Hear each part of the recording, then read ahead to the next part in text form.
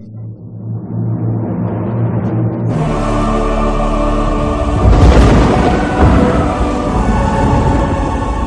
viaje a través de la historia, los hechos y los protagonistas a la luz de la Santa Iglesia Católica Apostólica Romana.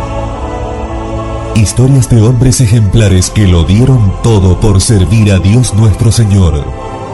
Hechos heroicos que marcaron un antes y un después en la vida de las naciones y reinos. Protagonistas del devenir histórico, marcaron a sangre y fuego sus vidas para salvar sus almas y la de sus prójimos. Esto es lo que le proponemos vivir en nuestra programación cada día. Un encuentro a través de las fronteras del tiempo y del espacio para emocionarse y poner fuego en nuestras vidas.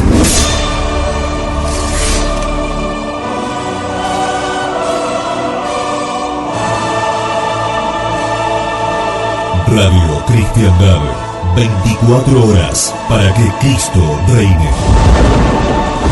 Ayer hablábamos de Carlomagno. Luego nos referíamos a la primera gran etapa de la Edad Media, que puede llamarse Edad Oscura, y que comprendía de los siglos V al X. Cuando llega la paz, un poco abruptamente, ya en el siglo X, la cultura florece rápidamente, cada vez más estilizada, más perfecta, mejor trabajada, a lo largo de los siglos XI, XII y XIII, que por eso son llamados de la Alta Edad Media. Pero después, siglos XIV y XV, se produce una decadencia de la cultura cristiana, que no sería nada grave.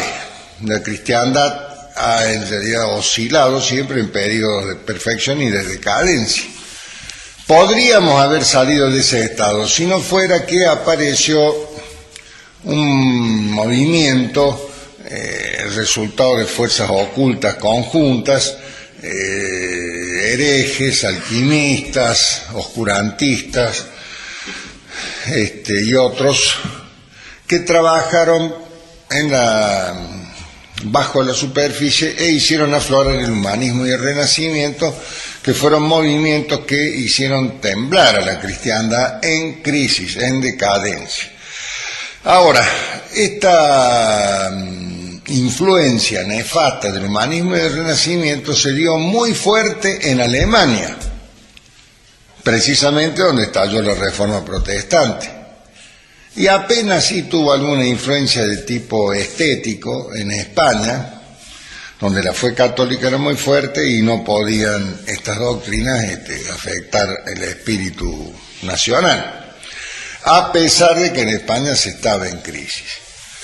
Bien, estamos entonces al final de la Edad Media, siglo XIV y siglo XV. Y a mediados del siglo XV, en la península ibérica, había 4 reinos cristianos y un reino musulmán, Granada. Los reinos cristianos eran Portugal, Castilla, Aragón y Navarra. El reino musulmán era muy poderoso porque, si bien tenía una superficie relativa muy pequeña, unos 27, 28 mil kilómetros más cuadrados, más o menos como Tucumán, la provincia argentina de Tucumán, estaba poblada por 3 millones de habitantes. En cambio, el reino de Aragón, que comprendía Aragón, Barcelona y Sevilla, ¿está Francisco por ahí?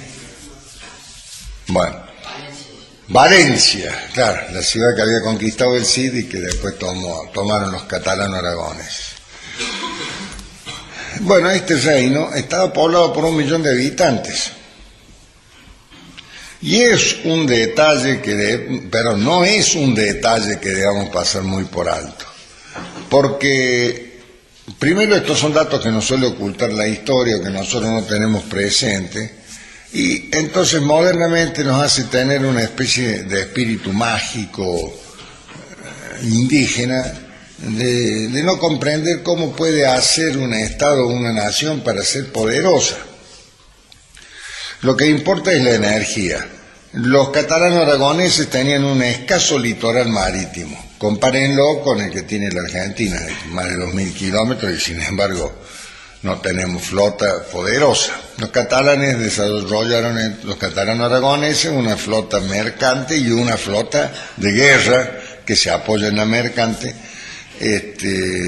tan poderosas que pudieron conquistar las Islas Baleares, conquistar Sicilia, Cerdeña, Nápoles y hasta ducados en la península balcánica. Uno de ellos era el de Atenas.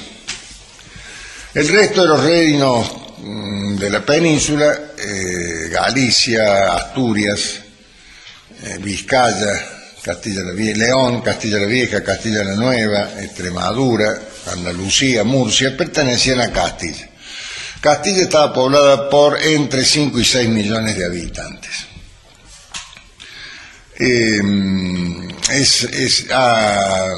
Había hablado ya, perdón, de Granada.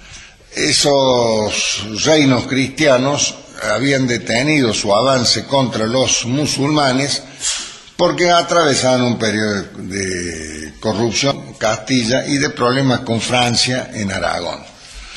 Entonces, cuidando sus límites, Aragón había descuidado la guerra con los musulmanes y Castilla había detenido su avance estando gobernada por Enrique IV.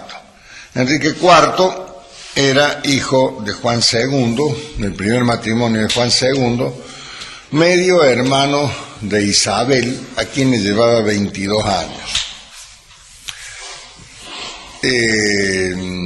No cabe duda, como lo imaginamos, el hermano de Isabel era el rey, la línea gobernante iba a descender de Enrique IV. Isabel estaba excluida entonces de la corona.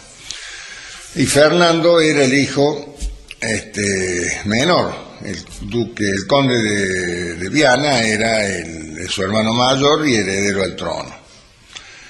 De Fernando se conoce, haber recibido una buena formación religiosa y una buena instrucción como noble, también una notabilísima capacidad militar demostró al recibir la misma instrucción que sus hermanos.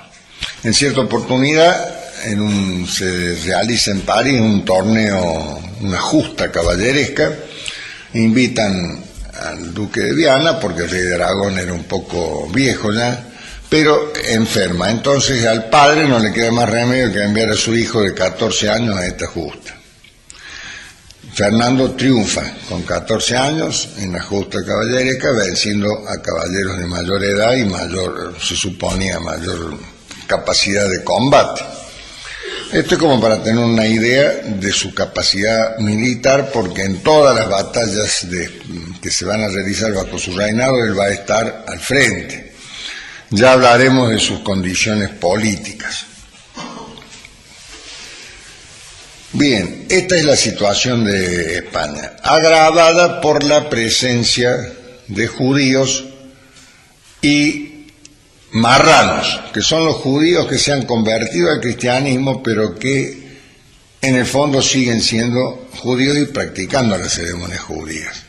Y ellos son los de más peligro porque se casan, al bautizarse, se casan con cristianos y desde esa posición tratan de difundir, si no pueden la doctrina de la ley de Moisés, por lo menos de convertirlos a herejía a los cristianos.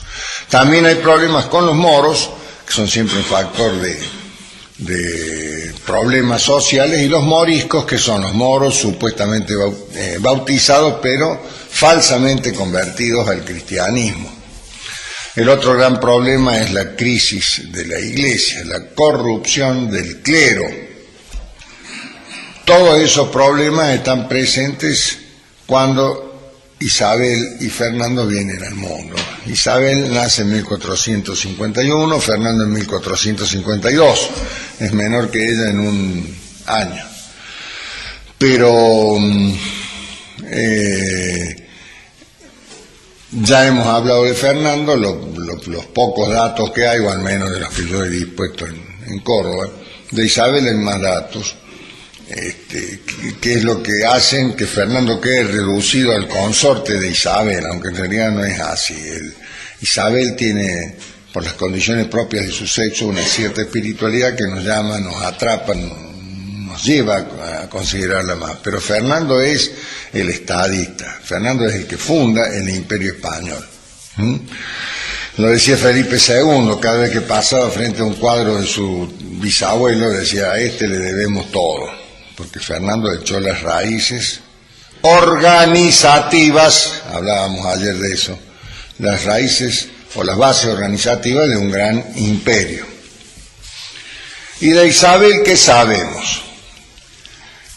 Nacida del segundo matrimonio de su padre, a la muerte de este, ella tenía 3 años, su hermano Alfonso 1 año, y Enrique, el rey, su medio hermano, se desentiende de ella y las manda a Arévalo, a un castillo viejo, semi en ruinas, en donde, con muy poca renta que le manda el rey cuando se acuerda, viven su madre y su hermano y ella. De niña, Dios la prueba entonces con hambre, fatigas, pobreza. Sin embargo, la madre de ambos es una mujer una católica íntegra, los forma en la fe, en el rigor del trabajo, porque no tienen sirvientes y deben atender ellos a sus necesidades. Aprende costura y bordado para bordar sus ropas y poder hacerlas durar así. En general, según recuerda ella después, su vida ha sido feliz, pobre pero feliz. Y allí ha estado, como dije, con su hermano, hasta que 10 años, cuando ella tiene 10 años de edad, Enrique IV resuelve llevarla a la corte, que en esa época estaba en Sevilla. Isabel y su hermano Alfonso no pueden creer lo que ve. La corrupción era tremenda. Frívolos y superficiales los reyes. Cochinos. La nobleza bien puerca también. Bueno, vivían de fiesta en fiesta, de baile en baile. Habían organizado, cuando llegaron ellos, una gran fiesta que consistía en lo siguiente: habían criado unas niñas que ya teniendo 15 años en ese momento tenían el cabello muy largo. Entonces, desnudas, las hicieron montar a caballo y desfilaban con sus cabellos al viento. Uno a veces dice: qué estupidez que hace el hombre. Bueno, allí estaba, esa era la gran diversión de los hombres. Enrique IV estaba rodeado, además de cristianos renegados, de judíos conversos, marranos, de moros, y las diversiones principales de ellos consistían en burlarse de Jesucristo, blasfemar de él, y Enrique IV toleraba todas esas cosas. Los dueños del reino eran el marqués de Villena y el gran maestre de la orden de Calatrava, que eran 2 judíos, hijos de Ruy Capón. Tenían distintos nombres, uno era Pacheco y el otro era Girón, porque al bautizarse, al simular hacerse cristianos, habían tomado distintos apellidos españoles. La guardia mora de Enrique IV tenían la costumbre de salir de noche por los pueblos y violar, robar, entretenerse así, sin respetar ni varón, ni mujer, ni edad. Cuando la gente iba a quejarse al rey, el rey los hacía azotar por quejarse de su buen gobierno. De modo, todo el mundo vivía francamente inseguro y temeroso de sus días y de sus bienes, tanto que el comercio y la producción industrial se detuvieron, porque todo lo que la siembra, el trabajo de los campos, porque todo lo que tenía, si no lo robaba el rey y su camarilla, lo robaban otros señores que se habían transformado en bandoleros. A eso había decaído el feudalismo de Carlomagno. Entonces, cuando cumple 12 años, Isabel, la reina Juana, la invita a mostrar su belleza y quiere pintarrajearla toda para presentarla en la corte ya como una mujer. Isabel escapa del castillo y encuentra, se dirige, se introduce al primer camino que encuentra y por allí llega a un convento. Ese convento va a ser el lugar donde ella va a escapar siempre a rezarle a Cristo y a la Virgen por esa situación tan difícil en la que tiene que vivir. La reina, frívola y superficial, quiere que Isabel sea como ella, entonces que se pintarrajee y se muestre en la corte. Isabel está, repito, completamente alejada de esa situación por la misma educación que ha recibido de su madre.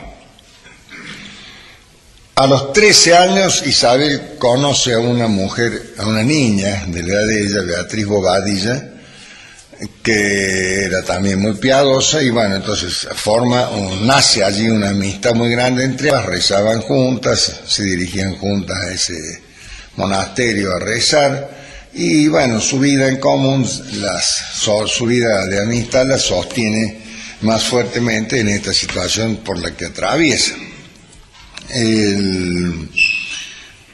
Cuando el rey Alonso de Portugal resuelve casarse, pide la mano de Isabel y el rey Enrique IV se la concede la mano de su hermana, era usual en aquella época. Cuando Alonso llega a Sevilla, se dirige a Isabel en términos de futuros esposos. E Isabel, una niña de 13 años o quizás ya 14, le dice: las infantas de Castilla no pueden casarse sin el consentimiento de los nobles. ¿De dónde sacó eso? Se ponen todos a buscar si podría, y efectivamente la ley de las 7 partidas de Alfonso el Sabio estaba contenida esa disposición. ¿De dónde lo aprendió esta niña si nunca estudió derecho? Se salva de ese matrimonio. Entre tanto, la corrupción es tan grande que un grupo de nobles proclama rey a su hermano Alfonso, que es un niño, pero en nombre de ese futuro rey combaten contra el rey.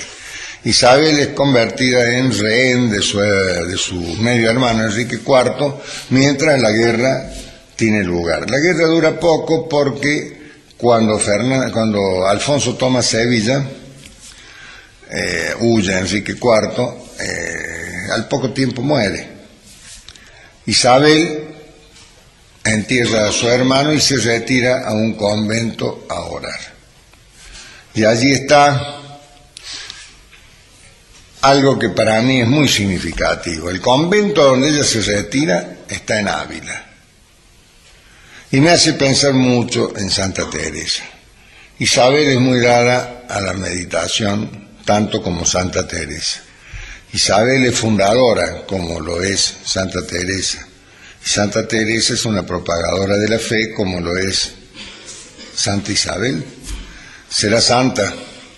Lo cierto es que las dos mujeres más grandes, una primero y después la otra, van a fundar el Estado español, porque Fernando es el que crea las bases del Estado español, Isabel pone la fe, y más adelante Teresa de Ávila, con sus reformas, va a dar un brillo espiritual a la fe católica que necesita ese Estado que están construyendo Fernando e Isabel. Llegada a los 17 años, este judío Girón, de quienes había hablado, pide a la mano de Isabel, y Enrique IV esta vez convoca a todos los nobles de Castilla, quien dan su consentimiento. Entonces Isabel debe casarse con Girón, y Girón emprende la marcha hacia donde está Isabel, y esta con su amiga Bobadilla, Beatriz Bobadilla, se ponen a rezar. Rezan todo el día en el cual debía llegar Girón, y esa noche no llega Girón.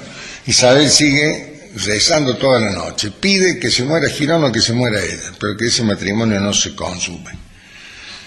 Y efectivamente Girón no ha llegado al anochecer a su destino, porque ha fallecido durante la noche en el viaje. Isabel, por supuesto, infinitamente agradecida a Dios nuestro Señor. Los nobles van a buscarla al convento de Ávila, donde se encontraba, para pedirle que sea reina y así poder continuar la guerra contra el rey Enrique IV.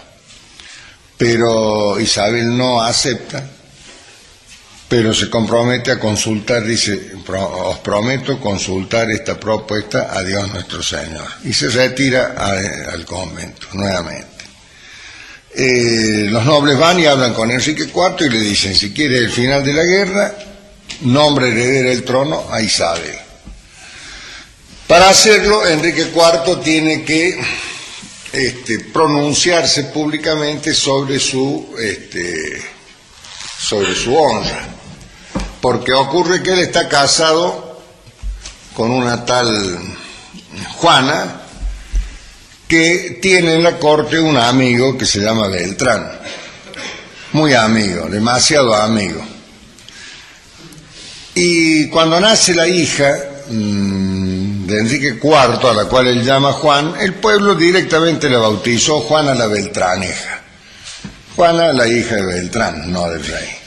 Bueno, y en esta ocasión el rey, en un lugar llamado Toros de Guisando, reconoce su indignidad. Dice que su mujer lo ha engañado, que esa hija Juana es hija de Beltrán, no es hija de él, de modo que nombra heredera del trono de Castilla a su media hermana Isabel. Entonces se reconcilia ella con su hermano y los nobles cesan en su actitud belicista y nuevamente reina la paz. Sin embargo, Enrique IV, ya sabemos, es un corrupto y muy pronto olvida esta circunstancia y se dedica nuevamente a sus fiestas. Como Isabel ya es una niña madura para esos años, 17, 18, 19 años, llegan numerosos representantes de príncipes europeos a pedirla en matrimonio, y entre una de las tantas solicitudes, digamos, algunos de los visitantes, está el representante de Fernando de Aragón. Cuando Isabel habla con cada uno de los representantes, lo hace acompañada siempre de un clérigo, y después comenta con ese sacerdote preguntándole que qué opina y pidiéndole que rece a Dios por una buena elección. Todos los clérigos a los que ella consulta le indican a Fernando de Aragón y resuelve casarse con él. El 10 de octubre de 1469 se reúnen Fernando e Isabel. Parece ser que Isabel se enamoró inmediatamente de él. Fernando fue un poco más lento y probablemente, pensando en sus actitudes, en sus objetivos políticos, más bien conoció la importancia de unir Castilla y Aragón. Se casaron poco tiempo después, creo que el 19 de octubre. Pero había un impedimento, eran medios parientes. No, por lo que he leído no eran muy inmediatos, pero los dos descendían de Enrique de Trastámara. Y los dos pertenecían a la casa de Trastámara, que reinaba tanto en Castilla como en Aragón. Entonces Isabel no quería casarse, y era importante casarse rápido porque si no Enrique IV le iba a prometer a otro pretendiente y se frustraba el matrimonio. Entonces el rey de Aragón se inventó una bula del Papa Pío II y le dijo, acá está la dispensa matrimonial, y se casaron. Fue uno de los grandes motivos de enojo de Isabel con Fernando. Tuvo dos en toda su vida, en la que discutió mucho por ese engaño a que la habían sometido. Bueno, creyendo ella inicialmente entonces en la bula, se casa y debe huir de un lugar a otro de Castilla, de Castilla bien digo, porque Enrique la persigue para vengarse de ella. Pero como Enrique reconoce de nuevo a su hija Juana la Beltraneja y la promete en matrimonio al rey de Francia, entonces Fernando debe viajar a Aragón para prepararse para una guerra con Francia. Entonces Isabel queda sola, sin su marido, en Castilla. Y al año siguiente nace su hija, su primera hija, en 1470. Esa hija es Isabel. En 1474 muere Enrique IV. Entonces ella debe ser coronada urgentemente, cosa que se hace sin la presencia de Fernando. Y Fernando se molesta muchísimo, como rey o como príncipe, como varón. Le indigna mucho que su esposa haya sido coronada sin su presencia.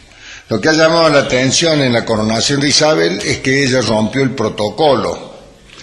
En vez de seguir las reglas que debían seguirse, ella fue directamente a la catedral, abrazó el pendón de Castilla y se postró ante el Santísimo Sacramento. Recién entonces aceptó ser coronada. Cuando Fernando llega, la reprende. Entonces ella, en una reunión de los importantes señores de Castilla, le dice: solo seré reina donde vos fueredes rey. Los vasallos sabrán que sois dueño mío y de mis cosas, y sabrán que os han de obedecer como a su rey y mi rey. Muy caro y amado marido, aunque de derecho el reino de Castilla me viene, pues que Dios os ha dado por mi marido y compañero de mis trabajos, vos, así como varón, como rey, como mi marido, ordenaréis todas las cosas. Vos las poseeréis, vos las gobernaréis. Ninguna cosa reservo para mí, sino, como es razón, todas las cosas serán comunes entre ambos. Y pues que Dios nos ha ayuntado iguales en amor y costumbres, es necesario que seamos iguales en la compañía y en todo el derecho del reino. Esa expresión pública de Isabel tranquiliza a Fernando, su dignidad varonil ha sido satisfecha y ella lo ha reconocido a él como rey, como su superior. Pero como la herencia de la corona la ha heredado ella, bueno, todas las medidas que se tomen deberán ser en común. Bien. Podemos hablar ahora de la gran preocupación de los reyes católicos. Habíamos dicho que todo gobernante con grandes condiciones políticas, todo estadista, construye, crea un Estado y le fija un fin, una misión histórica.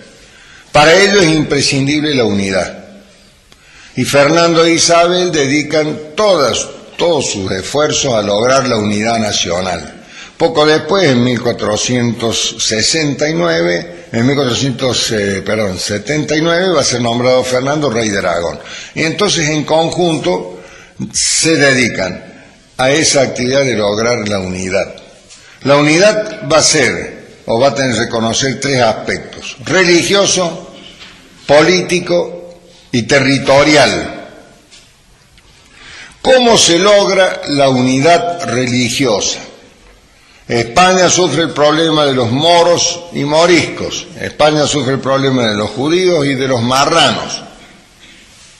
Entonces pide autorización, y el Papa Sixto IV se la concede, de constituir el Tribunal de la Santa Inquisición. El primer inquisidor es Fray Tomás de Torquemada,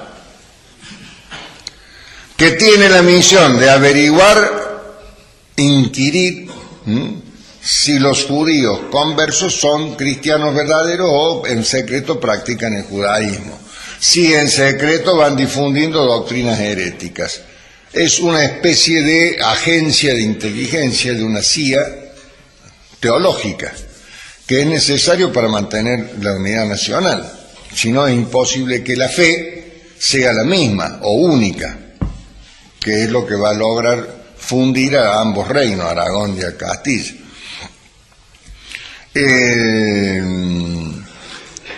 Fíjense que en Aragón, en Zaragoza, se sublevan gentes que por sus nombres ustedes no reconocerían quiénes son. Bueno, yo tampoco, por lo que dice el libro, sí.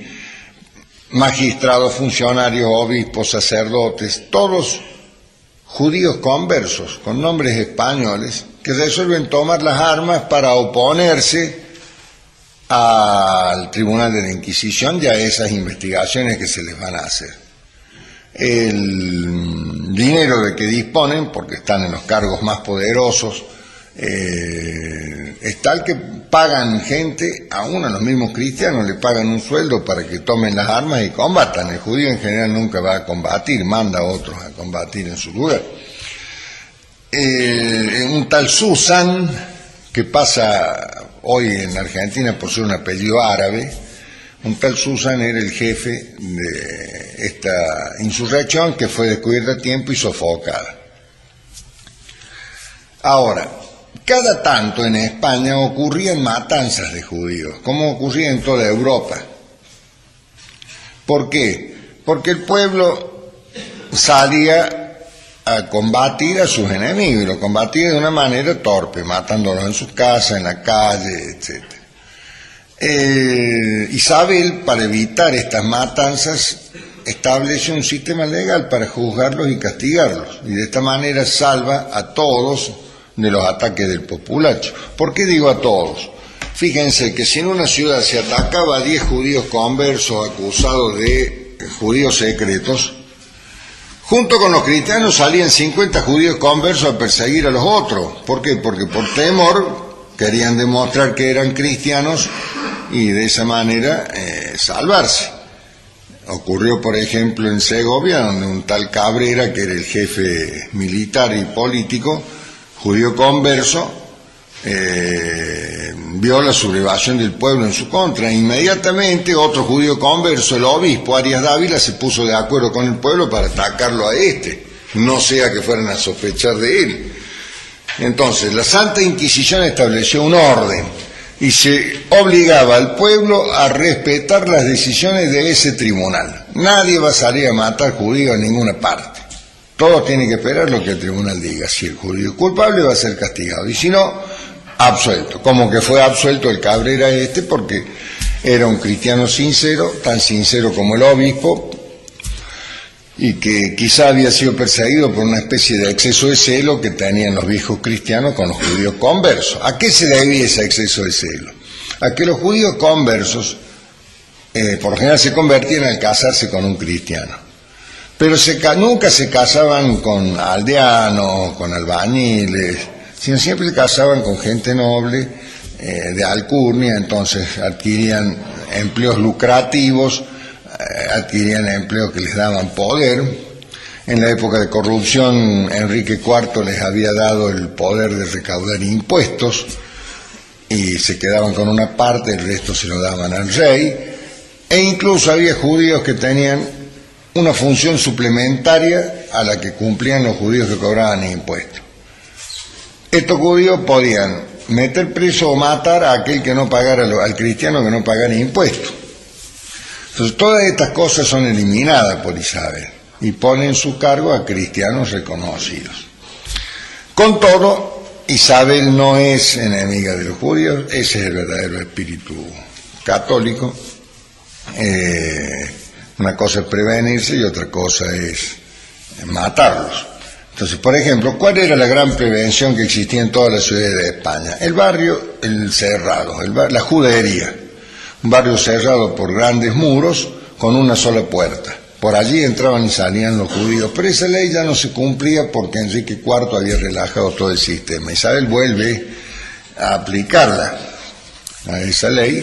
Entonces todos los judíos deben volver a vivir en la judería para ser distinguido, para que el cristiano se advirtiera cuando tratara con este hombre, en cuestiones económicas y en cuestiones de fe principalmente. En cuestiones económicas, los conversos habían logrado también una gran fortuna porque practicaban la usura en secreto. La usura está castigada por la Iglesia, rechazada, no está permitida, o no estaba. Además practicaban el comercio de esclavos, negros y judíos, negros y moros. Eran los judíos los que desarrollaron más ese comercio en España, que ahora, bueno, las críticas a la actitud española se dirigen a los mismos españoles como si fueran ellos los esclavistas. Ahora, Isabel no ha podido, sin duda, no ha tenido, lo mismo que Fernando, una vida espiritual feliz, en orden a lo humano, porque ellos tienen cinco hijos. Uno es varón, Juan, el segundo, que es criado para ser monarca. La formación que se le dio es excelente, y en su momento se lo casa con Margarita de Flandes. Se realiza el matrimonio y a los 3 meses muere Juan. Se le muere el hijo adorado, el hijo apreciado, aquel hijo en quien habían puesto las esperanzas para dejarle el reino. Bueno, pero allí queda el nieto y la nuera pierde el niño. Entonces, bueno, es de vuelta a su casa en Flandes. Isabel, la hija mayor, se casa con Alfonso de Portugal y muere al tener su primer hijo, Miguel. Bueno, Miguel era entonces el niño en el que ponían las esperanzas los reyes católicos para unir a España y Portugal. Miguel muere a los 2 años de edad. Juana es casada con Felipe el Hermoso, también de Flandes. Felipe el Hermoso, como varón, era bellísimo, y la pobre Juana era de todas las más feas. Cuando Felipe la ve, no quiere ni saludarla.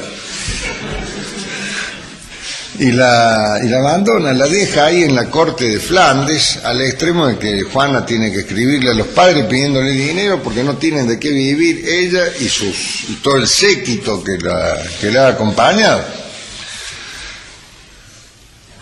Todo esto son sufrimientos para los padres. Al final, bueno, se realiza el matrimonio y, bueno, se consuma, y después Felipe se retira a sus grandes actividades, que no son religiosas, que no son intelectuales. Él es un sátiro. Él viaja por todas las cortes de Europa buscando mujeres. Y él se divierte así. Su belleza la disfruta de esa manera. Una pequeña reflexión. No sean Felipe el Hermoso, por más lindo o feo que sea. Sobre todo, no dejen que la historia se les pase entre las manos y se escurra. Este tonto podría haber sido rey de España. ¿Quién no quiere ser rey? ¿Quién no quiere gobernar? ¿Quién no quiere ser grande? ¿Quién no quiere la gloria? Bueno, este infeliz ni la quiso. Juana, que era una mujer sana mentalmente y que se enamoró de su marido sin duda al verlo, sufría tanto por la infidelidad de su marido que enloqueció. O sea, Juana la loca es una loca de amor y cometió actos absurdos, como salir en ropa interior fuera de palacio, cosa que en aquellos años era tremendo, querer treparse a las puertas de la ciudad para escapar y volverse a España, o ir a donde estaba su marido a buscarlo. Y la otra hija, Catalina, era mártir de Enrique VIII de Inglaterra. Muy maltratada, repudiada por este rey que quería casarse con su favorita Ana Bolena. Bien, el sufrimiento entonces que provocan los hijos a los reyes católicos es grande, y sin duda son las pruebas que Dios le va poniendo y cómo va también puliendo estas almas que, repito, Fernando sufría por sus hijos, pero era un poco más insensible. Fernando era un hombre del mundo. Él ejercía las relaciones exteriores de España y de ambos reinos, de Castilla y Aragón. Iba creando o echando, como digo, las bases de un gran imperio que él concebía, con una misión histórica determinada, que comenzaba con la expulsión de los musulmanes del territorio nacional. Pero era un hombre mundano. Cuando se casó ya tenía un hijo natural y tuvo otros 2 más. Ahora, Isabel tuvo una delicadeza tremenda. Cuando veía que Fernando, que era muy débil sin duda, comenzaba a cortejar a una dama del séquito de Isabel, sin hacer ningún escándalo llamaba a la dama y la comisionaba, la mandaba a la corte de Extremadura, la de Galicia, bien lejos, con la familia de algún señor, y allí y de esa forma obviaba el problema. Ya habíamos hablado de un disgusto. El segundo gran disgusto por el cual se peleó con su marido fue un día que él quiso nombrar arzobispo de Zaragoza a su primer hijo natural. Isabel armó un escándalo y le dijo que ella no iba a mezclar la sangre, que sus hijos legítimos eran los que iban a ejercer el poder en España. Fernando se calló, reconoció la razón de ella, nunca más volvió a proponer nombrar a sus hijos naturales en ningún cargo, y repito, fueron los dos únicos problemas que hubo en ese matrimonio, las únicas dos discusiones. Pero no cabe duda que Isabel cargaba una cruz que era la de saber a su marido bastante botarate en ese sentido. También esa debilidad carnal embota los sentidos, y debiera haber dado más frutos Fernando que los que dio. Cuando la pasión carnal lo domina a uno, le quita condiciones intelectuales. Si manda lo físico, lo intelectual es menos poderoso. Ahora, si uno es capaz de dominar las pasiones, sometiéndolas al amor a Dios, entonces la misma gracia que vamos a recibir de Dios va a desenvolver las aptitudes que naturalmente tenemos y vamos a dar frutos verdaderamente sazonados, quizá exquisitos si el talento es grande. Pero aunque el talento sea chico, si lo ahogamos en la carne, no vamos a dar ningún fruto y probablemente nos vaya como aquel que recibió un denario y lo escondió para devolverlo tal cual lo había recibido. Bien, o mal, al menos hablando de la descendencia de Isabel y de Fernando. Había que terminar con el problema religioso. Entonces, además del establecimiento del Tribunal de la Santa Inquisición, resuelven el 31 de marzo de 1492 expulsar a los judíos de España, a condición, si no se bautizaban, el que se bautizara podía quedarse, un grave error, ¿no? Pero bueno, creían que con la gracia del bautismo iban a seguir, se iban a convertir sinceramente a la fe. Entonces algunos menos se bautizaron y la mayoría se fueron. Y después en 1503 expulsan a los moros de España. Ahora, con todo y a pesar del Tribunal de la Santa Inquisición, de cada 100 acusados de falsos cristianos morían 2 ejecutados. Porque cuando se llevaba a cabo el auto de fe, que es una de las grandes creaciones judiciales de España, cuando se llevaba a cabo el auto de fe, la mayoría, el 98%, se volvía a la fe católica. ¿En qué consistía un auto de fe? El primero, celebrado el 6 de febrero de 1481. El 6 de febrero debiera ser una fiesta nacional que festejemos los argentinos. ¿Por qué? Fíjense, consistió en una procesión presidida por el clero, iban después los acusados de falsos cristianos, judíos y moros, acompañados a los costados por las tropas, por soldados, y el pueblo por detrás. Y así llegaban a un monte en el cual eran interrogados respecto de sus creencias. Entonces la mayoría abjuraba de su error, rezaba el credo y volvía libre a su casa. Los que se obstinaban, que a veces, repito, eran 2 cada 100, esos eran derivados al Estado. Y el Estado los condenaba a muerte por traidores a la patria. Ustedes me dirán, por causas religiosas. Vean, si yo voy a Estados Unidos, pido la nacionalidad y me la dan y comienzo a conspirar contra el poder, me matan por traidor, y solo por una conspiración, no por un tema religioso. En todas partes al traidor se lo condena a muerte, menos en la Argentina, en donde acá no es delito. Lo premian, le dan otro cargo.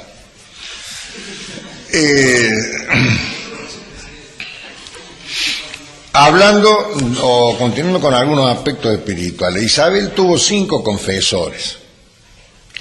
De ellos destacamos al segundo, que fue Tomás de Torquemada, que la abandonó, digamos, cuando fue nombrado inquisidor. El cuarto, Hernando de Talavera, que es un judío converso, un hombre que unía al honor de ser católico por el bautismo el llevar la sangre de Cristo, la carne de Cristo.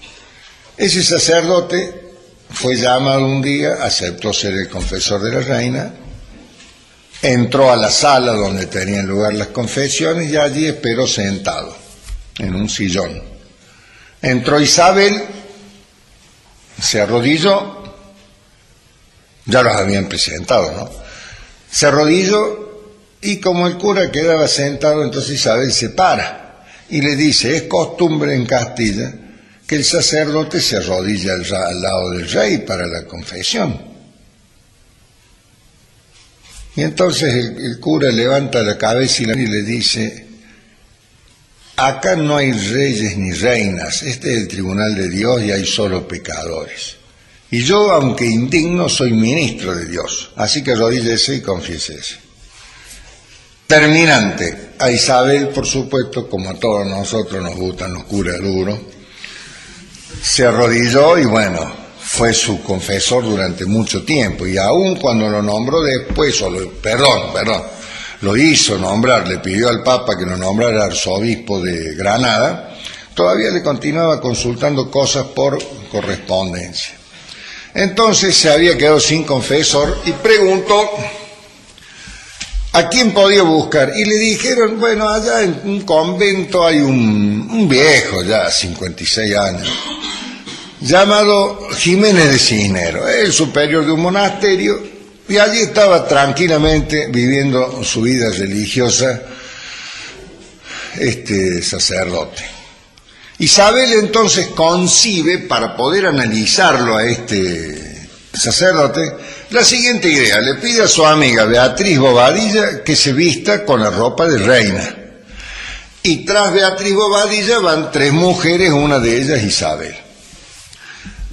Las hacen esperar en una sala y entra el superior, el prior, Jiménez de Cisneros. Entonces Beatriz Bobadilla se levanta y se adelanta a saludarlo como si fuera la reina. Y Jiménez de Cisneros pasó de largo y fue directamente a Isabel y la saludó como reina. Indudablemente Isabel le dijo: padre, desde hoy sois mi confesor.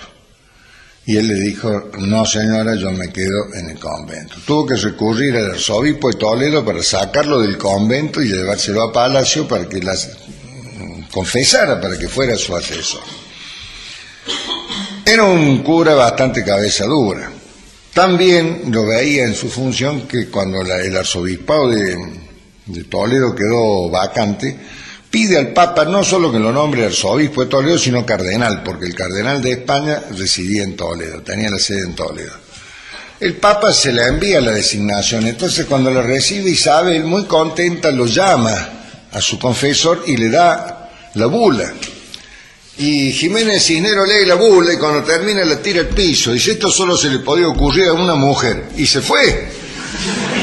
Y lo tuvieron que ir a buscar al convento, se había ido a encerrar de nuevo allá. Bueno, y aceptó el cargo de arzobispo y de confesor de la reina. Por eso es que después hay cartas de conciencia dirigidas a ambos, porque ya ninguno de los dos está personalmente con ella en Palacio. Bien, hemos hablado entonces de la unidad religiosa, imprescindible para fundar la unidad nacional con la cual poder emprender grandes empresas. La unidad política. ¿Cómo logran la unidad política de estos dos reinos llenos de recelos y rivalidades, no solo entre sí, sino entre Extremadura y Andalucía y Castilla?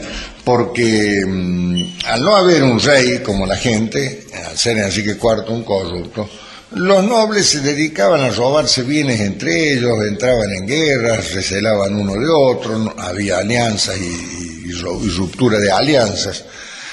Entonces, la unidad política debe lograrse principalmente por sofrenar a los nobles y por proteger a los débiles que eran víctimas de estas guerras de los señores. La corona había sido desposeída de muchos bienes a manos de estos. Entonces, Isabel y Fernando emprenden una labor que es fundamental, la administración de justicia. En un país en el cual hay justicia, hay unidad, atrás del que la administra.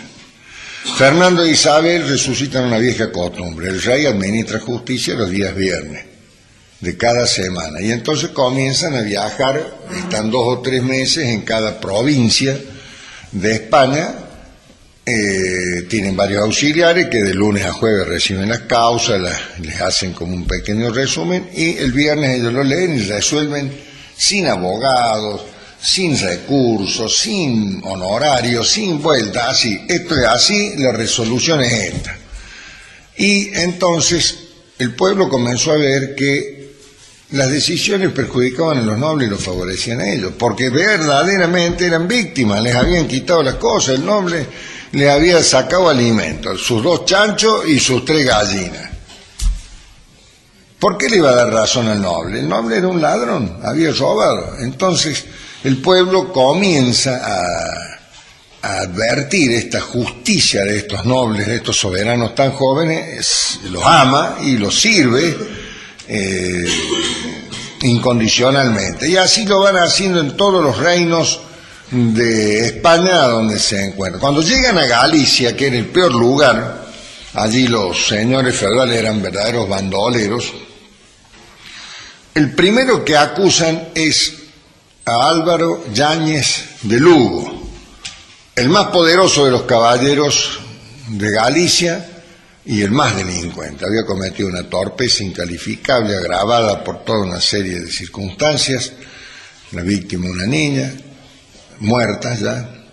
Entonces Isabel, sin mucho juicio, así que lo han visto, este sí señor, condenado a muerte. ¿Qué vamos a hacer? Esperar 2 años, iniciar el juicio, como pasa en Argentina, pasan 3 años de juicio, 6 meses hasta que el tribunal dicta sentencia. Cuando sale la sentencia uno ya se olvidó de qué es lo que pasó. Inmediatamente condenó a muerte.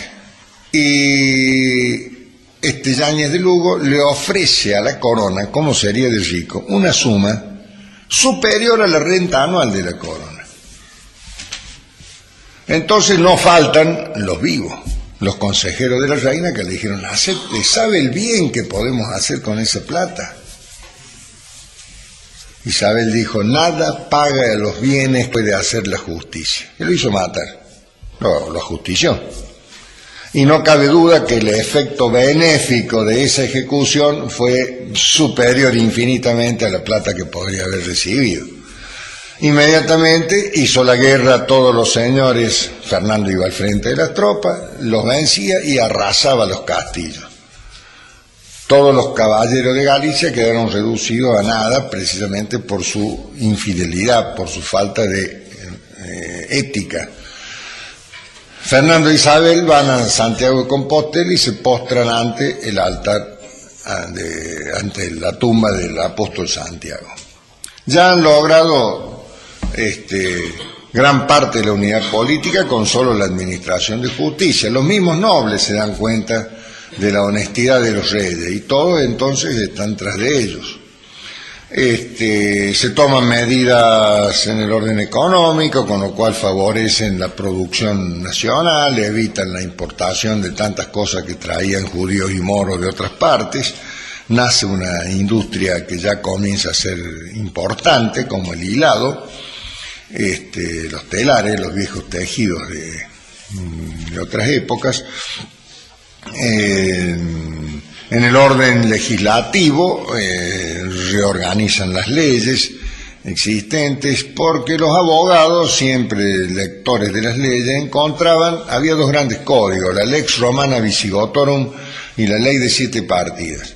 Entonces advertían contradicciones entre las leyes y los abogados lograban demorar los juicios a veces años. Entonces, primero se encarga Díaz de Montalvo que haga una compilación de leyes, elimine las contradicciones, y después en ese mismo Código los Reyes introducen una cláusula muy especial. Un castigo para los abogados que cobren honorarios muy elevados y a los que defiendan juicios injustos hagan argumentaciones improcedentes. ¿Por qué? Porque hay que terminar con esa industria del juicio, el negocio del juicio. Tanta falta que haría hoy en Argentina una disposición de ese tipo.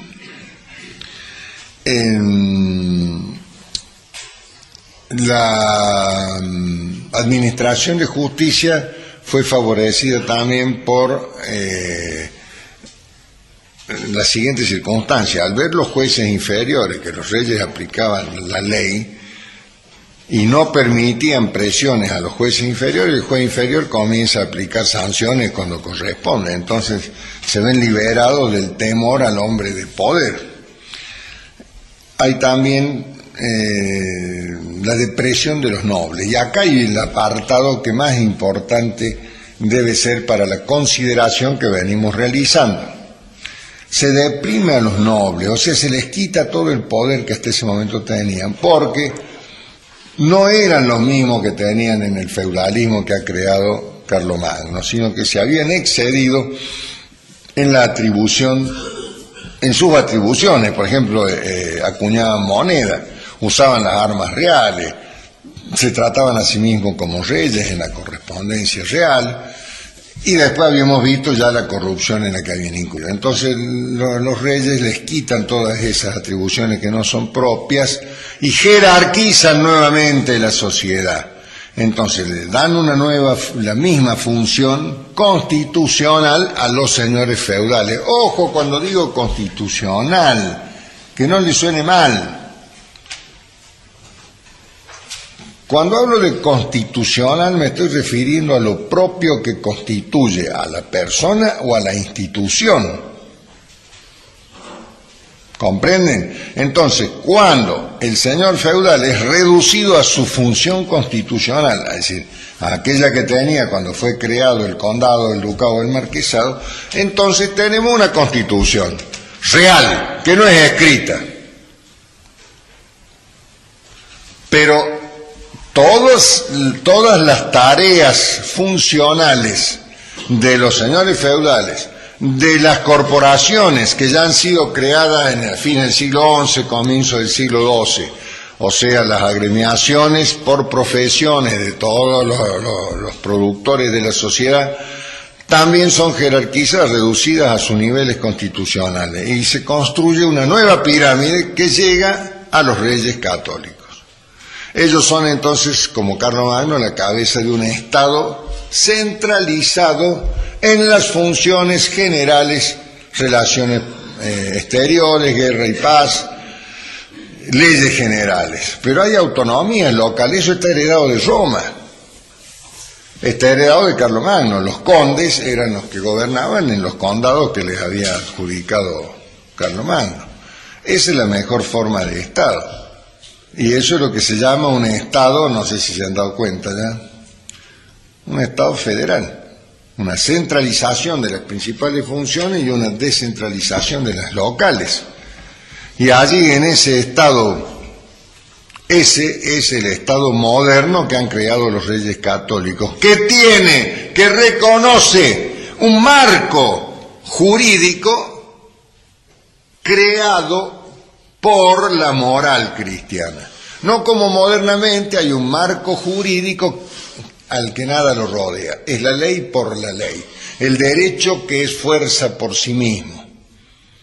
El derecho que nace de la Constitución Nacional, que como no tiene ninguna declaración ética, la Constitución Nacional Argentina dice nada más cómo se organiza el Estado.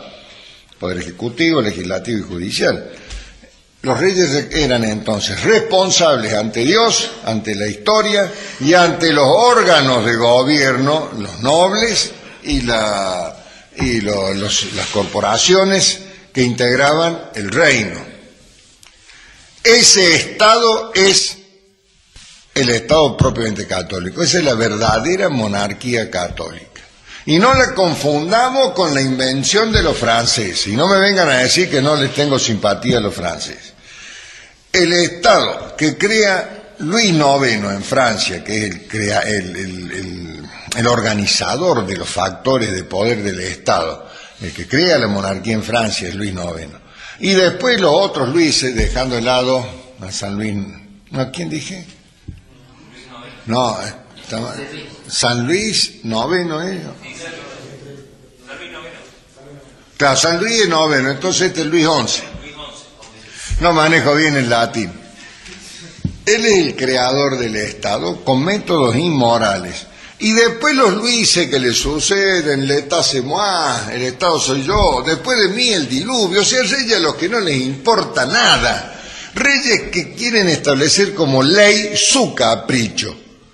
Y solo son responsables ante Dios.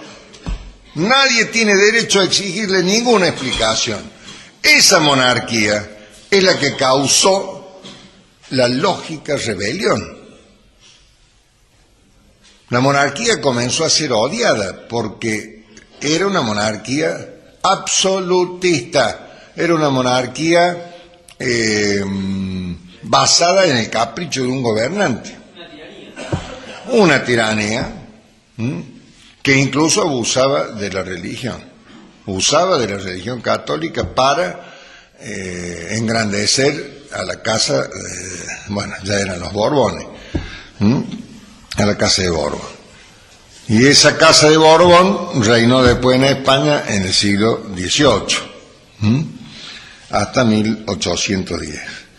Bien, la unidad política, la unidad religiosa habíamos dicho, y falta la unidad territorial. La guerra con Granada, no vamos a hablar mucho. Lograda ya la unidad religiosa y política, falta la territorial. Van a emprender la guerra de Granada, pero los que la inician son los musulmanes. En 1481 los musulmanes toman la fortaleza española de Sahara.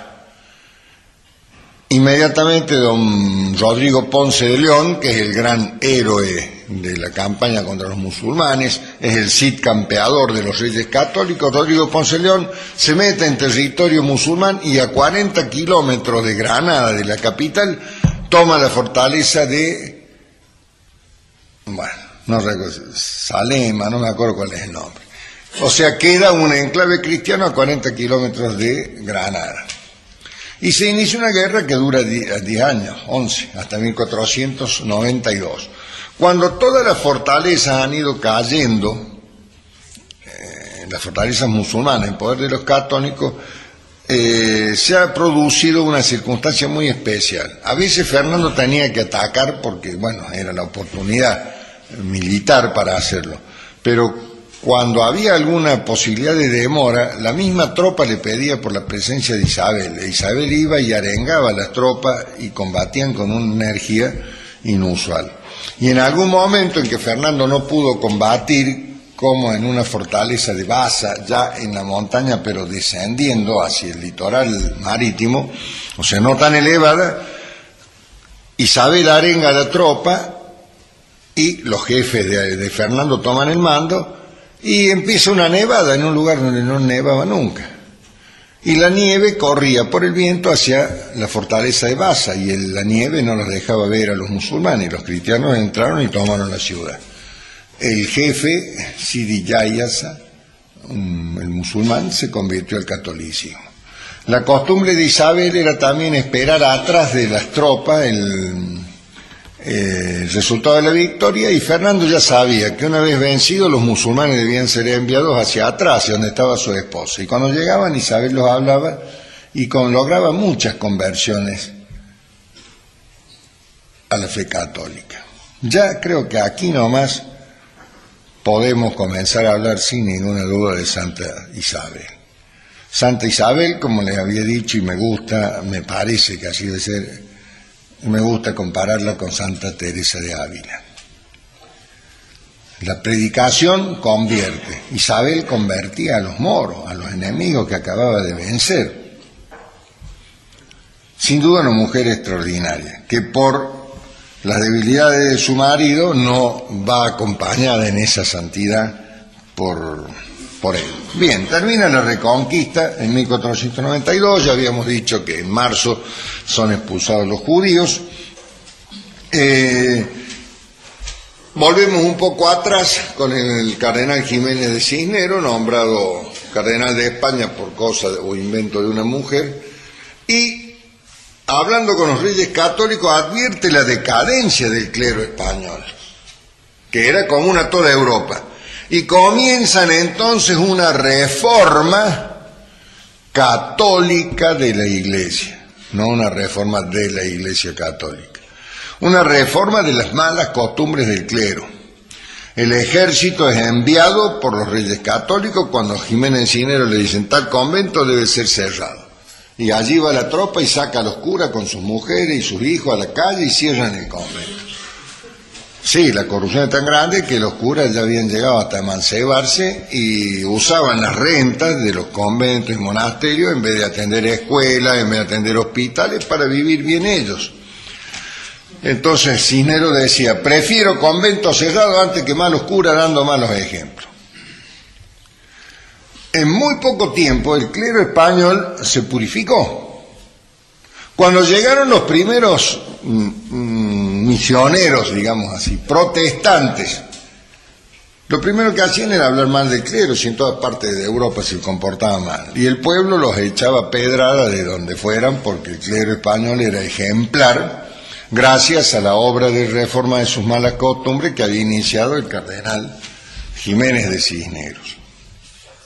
Eso contribuye también a la unidad religiosa, cosa que había olvidado. Podemos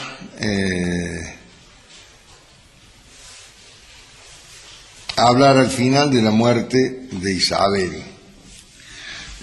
Había olvidado hablarles de una tal Marta Enríquez, otra amiga que se había hecho junto a Beatriz Bobadilla, llamada la loca del Sacramento.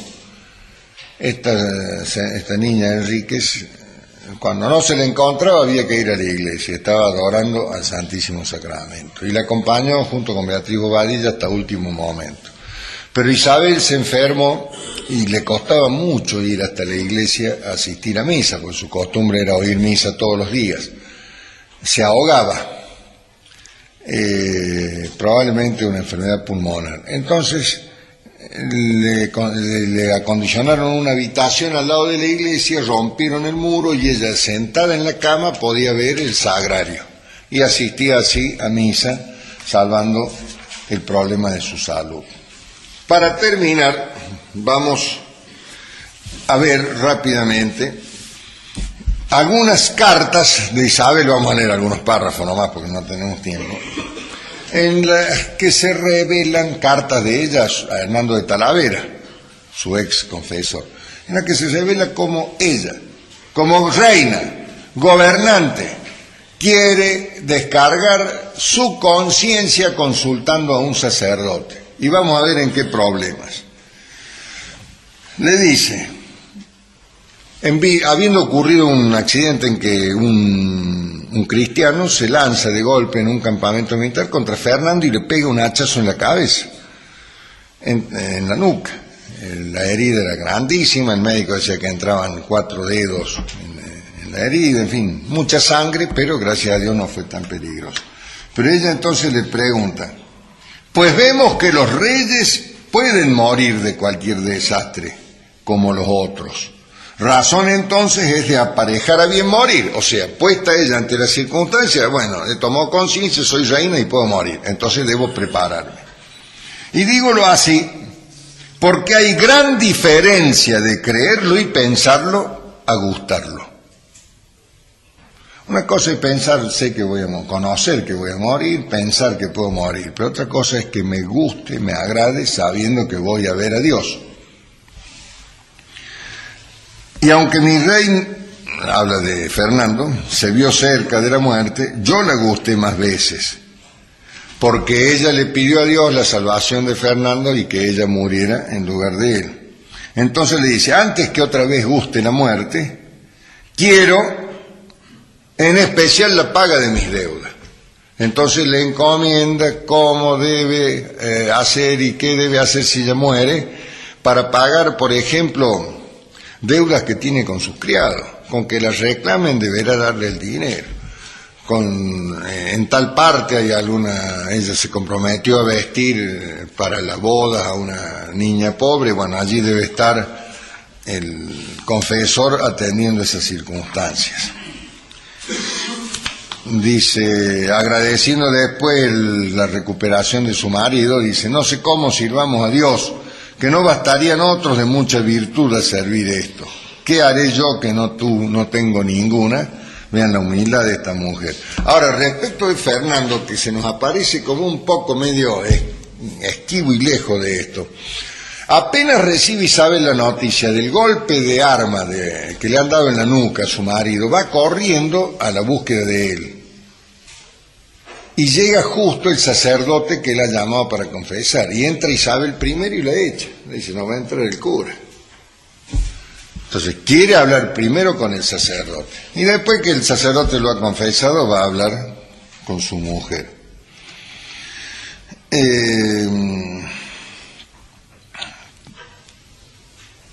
Habla después del que lo atacó al rey, sin duda un posesor, que decía que el Espíritu Santo se le habría aparecido y le había dicho que debía matarlo a Fernando y que no confesase ese pecado. Entonces no se quería confesar. Y los jefes militares, fíjense lo que es equivocarse, pero ser católico, los jefes le decían a la reina, déjelo, mátelo, no lo confiese, que pierde el cuerpo y el alma, como castigo. Un error, pero eso es ser creyente. Isabel insistió en que lo confesaran, y eso es lo que le está contando a Hernando de Talavera. Entonces mandó a traer unos frailes, varios, y entre todos lo convencieron. De golpe dijo haber despertado como de un sueño, que no había estado en sí, y que les pidiese perdón al rey y a mí. O sea, se ve que el hombre había estado poseído, o por lo menos infectado diabólicamente. En otra carta, también dirigida al mismo Hernando de Talavera, le comenta, por ejemplo, fíjense, que le pide que dice que no dice el asesor, dice que os extendieseis en las explicaciones necesarias para resolver, dice, las causas que hubiere de negociar, como las que tratamos con el rey de Portugal sobre la que tocó aquellas islas que halló Colón. O sea, la primera consulta que le hace, le dice, porque va enumerando lo que consulta, le dice, ¿está bien o está mal? ¿Me salvo o me condeno en estas negociaciones que hago con Portugal sobre la isla que halló Colón? Y sigue hablando, y de los casamientos de nuestros hijos, por ejemplo. Si vean cómo parece que mezcla, pero todo lo que hay en la vida de él, todos los negocios de nuestros reinos y de la buena gobernación de ellos. Y hay algo que después me llama la atención en esta carta, que después el clero se servirá a aclarar. Fue ella reprendida por Hernando de Talavera porque en una fiesta ella bailó, en un triunfo festejó y bailó, pero ella se defiende diciéndole que no ha bailado, que son rumores que le ha llegado. Yo le digo, ¿es pecado el baile o será que una reina no debe bailar para, en fin, no dar un mal de ejemplo? Eso después le preguntaremos a los padres. Ahora, sí está de acuerdo en que la reprenda por la demasía en las fiestas, porque fueron fiestas muy grandes, pero le aclara que ella fue con un vestido viejo, que su dama de compañía también, que ella no se hace un vestido nuevo para cada fiesta, pero la culpa es de los franceses y los ingleses. Dice, ¿por qué? Porque en esa época, dice, en Castilla, el rey y la reina se almorzaban y cenaban solos. No sé cómo sería en Francia e Inglaterra esta cosa en particular, ¿no? Pero, ¿por qué? Porque el rey puede tener eructos, gases, bostezar, en fin, son cosas. Entonces el rey debe permanecer inaccesible a todo el público. Lo mismo que ocurría con el padre de familia en la Argentina, con mis abuelos. Las casas eran tan grandes que los hijos no sabían qué pasaba En cambio ahora se vive en un cubil de lobo, entonces ya el padre ha perdido toda dignidad y respeto. Bueno, y en una mesa en Castilla cenaban las damas en una habitación y en otra mesa cenaban los caballeros en otra habitación. Y alguna vez el rey y la reina invitaban a 1, 2, 3, como le invitaron a Colón en una oportunidad, a comer con ellos. Pero le dice, el cenar los franceses a las mesas es cosa muy usada y que ellos muy de continuo usan, que no llevarán de acá ejemplo. Y dice, cada vez que los principales comen los otros en las mesas de la sala, damas y caballeros. O sea, parece que los franceses comían mujeres y varones. Que si uno se pone a pensar también, indudablemente, si yo estoy en una mesa sentado con mi mujer, me pongo a hablar con la dama de compañía de otro rey, de otro señor, y mi mujer habla, son cosas, ¿no es cierto? No hay que invitar al diablo. Dice, y esto se hizo con los Borgoña cuando el bastardo, no sé a quién llamar el bastardo que habrá venido de visita a la corte, y con los ingleses. Entonces le dice, si ello es malo, el uso no lo hará bueno, y será mejor desusarlo cuando tal caso viniere. Y por esto lo pescudo, o sea, por esto lo pregunto. Que él le diga, si es malo no va a pasar mal ni con los ingleses ni con los franceses, aunque quieran comer así. Y por último, no olvidemos el descubrimiento de América, del cual habíamos hablado el año pasado. Entonces ahora veamos el testamento de la reina Isabel la Católica, la emperatriz de América, o la discípula de la emperatriz de América, que es Nuestra Señora de Guadalupe. En el nombre de Dios Todopoderoso. Fíjese cómo comienza su testamento. En la Argentina hoy es usual, ya no se testa, pero el que testa dice, yo, Juan Pérez, en pleno uso de mis facultades intelectuales, dispongo de mis bienes de la siguiente manera. Miren cómo dispone un católico. En el nombre de Dios Padre Todopoderoso, de Dios Todopoderoso, Padre, Hijo y Espíritu Santo, 3 personas y una esencia divina, Creador y Gobernador universal del cielo y de la tierra, y de todas las cosas visibles e invisibles, y de la gloriosa Virgen Santa María, su Madre, Reina de los cielos y Señora de los ángeles, Nuestra Señora y Abogada, y de aquel muy excelente Príncipe de la Iglesia y Caballería Angelical San Miguel, y del glorioso Mensajero Celestial Arcángel San Gabriel, y a honra de todos los santos y santas de la corte del cielo. Y sigue, porque ella era muy devota de Santa Margarita, de Santa... ¿Cómo se llama la amiga de nuestro Señor? Sí, Margarita es. Magdalena, María Magdalena. Y es devota de Santiago, obviamente, siendo española. Bueno, y siguen encomendando muy conveniblemente, bueno, habla de San Juan, de la Virgen, al pie de la cruz, etcétera. Y después de toda esa encomendación que es tan larga, dice sus títulos. Yo, doña Isabel, por la gracia de Dios, reina de Castilla, de León, de Aragón, de Sicilia, de Granada, de Toledo, de Valencia, de Galicia, de Mallorca, de Sevilla, de Cerdeña, de Córdoba, de Córcega, de Murcia, de Jaén, de los Algarves, de Algeciras, de Gibraltar, de las Islas Canarias, condesa de Barcelona, y sigue, bueno, son muchos títulos. Y después vea, recién entra en materia, y miren lo que dice. Sin quejarse, estando enferma de mi cuerpo, de la enfermedad que Dios me quiso dar, y no habla más del tema, estando enferma de mi cuerpo, de la enfermedad que Dios me quiso dar, y sana y libre de mi entendimiento, creyendo y confesando firmemente todo cuanto a la Santa Iglesia Católica de Roma tiene, cree, confiesa y predica, dispongo. Entonces, como indigna y pecadora, pide perdón a Dios y a sus pueblos por las faltas que ha cometido, y dice que le pide a Cristo que ponga en el juicio que Él realice, y entre el alma de ella, su pasión y su muerte para ser debidamente juzgada. Pide ser sepultada en el monasterio de San Francisco, que es la Alhambra de Granada, vestida del hábito de San Francisco. Y no quiere tumbas suntuosas, sino una losa en el piso, muy simple.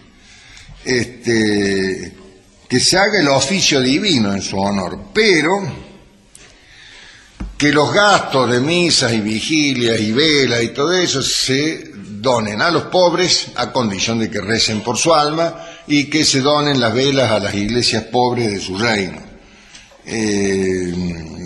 Pide que se den 20 misas por su alma en todos los reinos de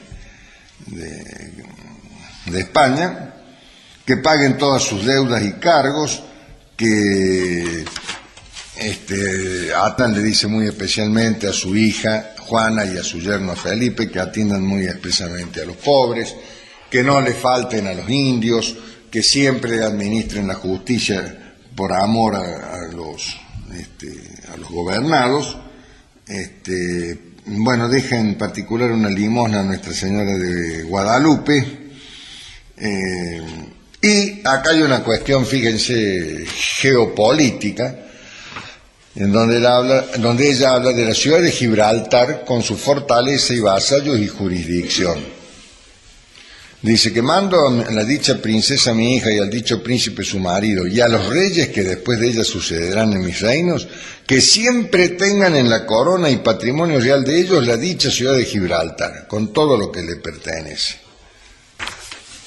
Fíjense si sabrá la importancia que tenía, la importancia geopolítica que tenía esa posesión. Habla de la administración de justicia y por último dice: por descargo de mi conciencia digo y declaro que si algo ha quedado sin remediar ha sido por no haber venido a mi noticia. Manda que todos los cargos públicos que se provean en España no se den a extranjeros. Y tampoco los cargos eclesiásticos que sean cubiertos no se lo den a extranjeros. Personas que no sean naturales de estos mis reinos, dice. Tengan mucho cuidado de las cosas de la honra de Dios y de su santa fe, celando y procurando la guarda y defensa y ensalzamiento de ella. Sean muy obedientes a los mandamientos de la Santa Madre Iglesia. No cesen de la conquista de África y de pugnar por la fe contra los infieles.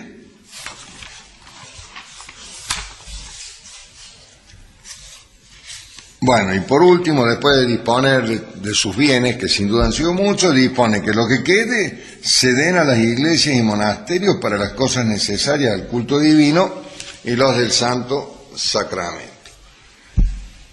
Creo que después de estas lecturas, después de habernos informado de quiénes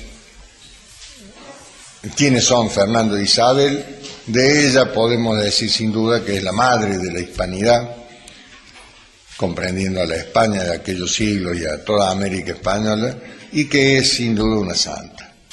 Aunque el proceso de santificación haya sido paralizado, ella, por sus palabras, como lo hemos visto, ha llegado o ha alcanzado un nivel similar al de Santa Teresa de Ávila. La arquitectura política que han creado para lograr la unidad nacional los ha preparado a los españoles para el cumplimiento de una gran empresa histórica, que fue la difusión de la fe, la evangelización en América, en Filipinas, en Japón, habiendo llegado a San Francisco Javier también, a la China y a la India. Terminamos, y si quieren hacer alguna pregunta. Sí. Respecto a la Inquisición, ¿eran juzgados los moriscos y los marranos, o por ejemplo católicos que practicaban brujería? Sí, también, claro. La expulsión de los judíos tenía una fecha tope. 3 meses les digo. Que coincide con la salida de Puerto de Palos de Colón. ¿O no? ¿El 4 de agosto creo que fue? ¿O el 14 de agosto? 3 de agosto partió Colón. Pero, bueno, a lo mejor estoy equivocado. Yo creo que eran 3 meses. Entonces, si la misma fecha que cuando sale Colón de... Bueno, es probable. Entonces serían 6 meses el periodo. ¿Tiene alguna referencia, información sobre la supuesta condición de marrano de Colón? No, sé Sé que se han dicho, ahora me animo a decir, y con todo respeto, pero me da la impresión de que todo el mundo, hoy no porque ya a nadie le importa, todo el mundo quiere plata, pero hasta que yo tenía la edad de ustedes, todas las razas se querían disputar el ser dueño de Colón. Entonces los judíos decían, Colón era marrano, y como los que mandan con Colón eran todos presos, y todos los presos eran judíos, entonces los descubrieron en América eran presos, eran judíos. Y después los musulmanes dicen, como todos los musulmanes estábamos presos en aquella época y viajaron con Colón, los que descubrieron América fueron los musulmanes. Hubo un francés que dijo que Colón era francés. De los ingleses no conozco nada, si habrá habido alguno que lo habrá dicho. A lo mejor era marrano. Ahora, no cabe duda que Colón era un gran católico, un hombre de una fe extraordinaria. Ese es el punto. ¿Cómo? Ese es el punto, o sea, Claro. historiográficamente Colón era un buen católico. Entonces no era marrano. Es que esa era la pregunta. Que tenía la... Sí. ¿Cuánto tiempo duró la Inquisición, más o menos? La Inquisición. Sí. La Inquisición duró en España seguro con los Borbón, con los Austrias o Habsburgo hasta el siglo XVII. ¿Qué pontífice estaba en esa época?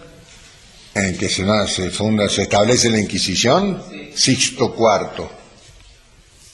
¿San Pío V también? San Pío V fue oficial inquisidor, pero en Francia, contra la segunda Judea, o sea, el sur de Francia, donde estaba la herejía albigense. Profesor, ¿cómo se arregló el tema de la descendencia? Porque habían muerto todos los hijos. No, Juana estaba loca, pero no muerta. Entonces el hijo de Juana era loca y Felipe el Hermoso fue Carlos, nacido en Gante, en Bélgica, coronado en 1517 como Carlos I de España y en 1519 como Carlos V de Alemania.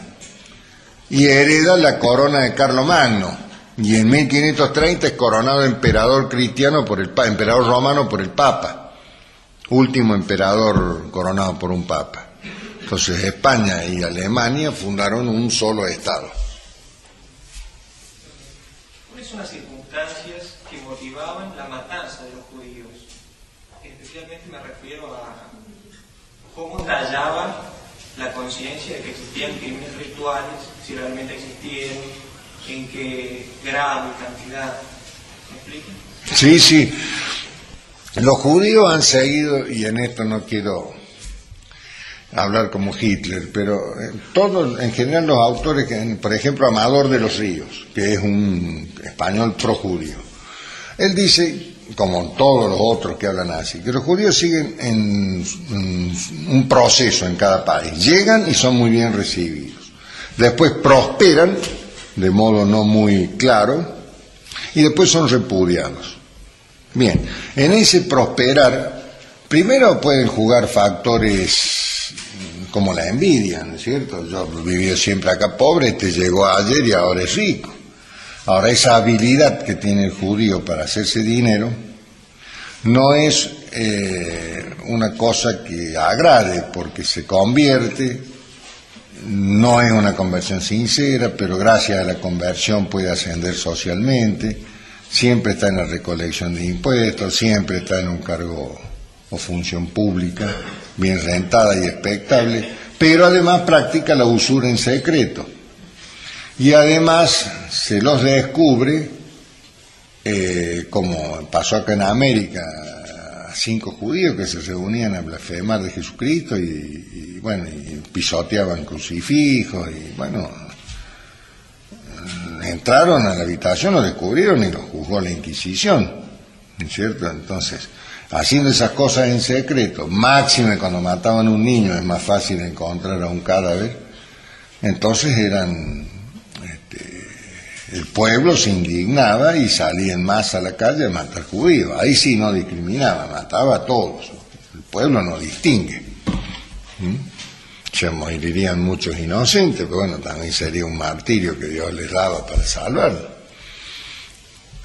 Pero eso es cierto, lo del crimen ritual, que a mí ahora andan escribiendo libros diciendo que no existió nunca, que eso no, el crimen ritual existió y creo que sigue existiendo.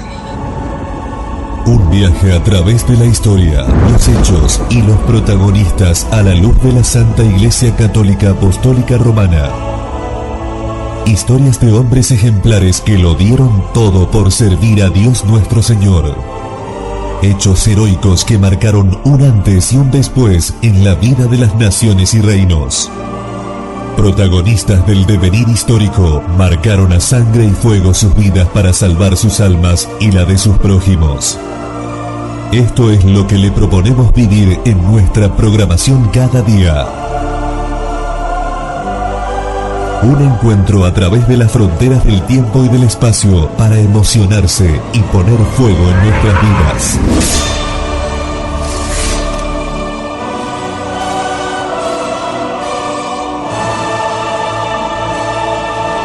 Radio Cristiandad, 24 horas para que Cristo reine.